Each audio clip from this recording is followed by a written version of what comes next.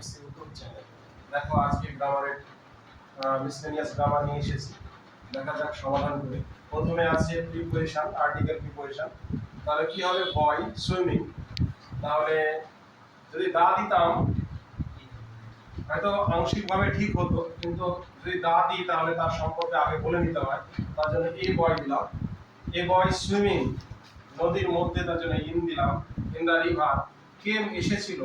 ভার্বের আগে সচরাচর ড্যাশ থাকলে আমরা টু বসাবো। Came to help. দেখো তারপর একটা ভয়েস চেঞ্জ আছে। I read a book on biochemistry. Voice change করতে গেলে অবজেক্ট আছে কিনা তা দেখতে হবে। আই রিড এ বুক, এ বুকটা হচ্ছে সাবজেক্ট, তাহলে এ বুক দিলাম। সমস্যা হচ্ছে তিনটে বই কিন্তু এই তিনটে ফর্ম, রিডের তিনটে ফর্মই কিন্তু একই রকম। কোনটা তাহলে ইজ বসাবো না ওয়াজ বসাবো, এটা কিন্তু একটা সমস্যা। সমস্যা কিছুই নাই, যদি বাক্যের মধ্যে কোনো ইন্ডিকেশন থাকে, পাস্টের কোনো ঘটনা থাকে, স্টার্টে থাকে, এইসব থাকলে পাস্ট টেন্স বসাতে হয়। কিন্তু আমি এখানে কি করব? এখানে প্রেজেন্ট ফর্মটাই নেব। ধরে নেব এটা প্রেজেন্ট টেন্সে আছে। A book on biochemistry is read, উচ্চারণ কিন্তু রিড হয়, কিন্তু রেড বাই মি। দেখো ন্যারেশন, পরেরটা ন্যারেশন আছে। জিজ্ঞাসা চিহ্ন ন্যারেশন করতে গেলে প্রথমে ইনভার্টেড কমা অর্থাৎ রিপোর্টেড স্পিচটি কোন সেন্টেন্সে আছে দেখতে হবে, তারপরে পরিবর্তন করতে হয়। জিজ্ঞাসা চিহ্ন বাক্যে আছে, তার মানে আই কি দেব? রিপোর্টিং ভার্বের পরিবর্তে আই আস্কড হিম দিলাম। তারপরে যেহেতু ইয়েস নো কোশ্চেন তাই ইফ দিলাম। সাবজেক্ট বসাতে হবে। তুমি বলতে সেকেন্ড পারসন থাকলে দ্বিতীয় জনকে ফলো করো। দেখো বক্তা যাকে বলছিল, তাহলে হিম আছে, তাহলে কি করব? হি। I asked him, he, যেহেতু এদিকে past tense আছে তাই ক্যান থেকে could হয়ে গেল।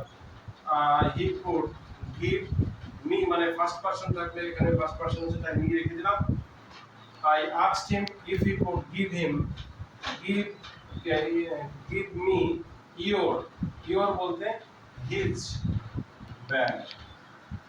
সেকেন্ড পারসন আছে তার জন্য বক্তা যাকে বলছিল, তোমার বলতে তার, এই অর্থের হলো কিন্তু if he could give me his bag। তারপরে কি আছে? কমপ্লেক্স আছে, এটা বিশালই সহজ। বা I have a red horse.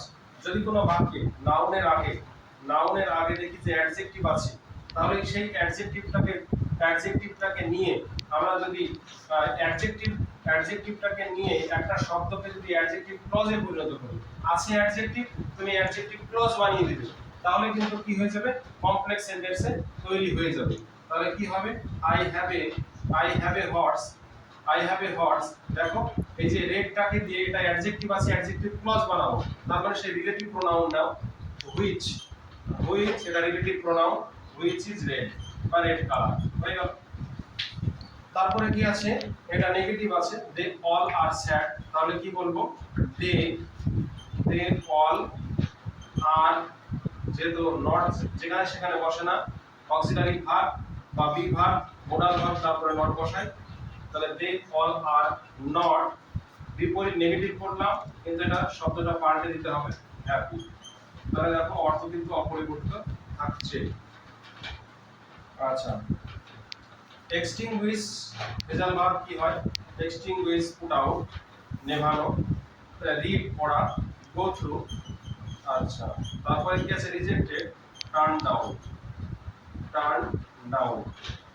আচ্ছা, গ্রামারে ভালো পেতে গেলে ধরো ক্লাস 9 হোক, ক্লাস 10 হোক, 11 হোক, 12 হোক, সেখানে 5 থেকে 10 মার্ক, এমনকি মাধ্যমিকে তো 20 মার্কের গ্রামার আছে।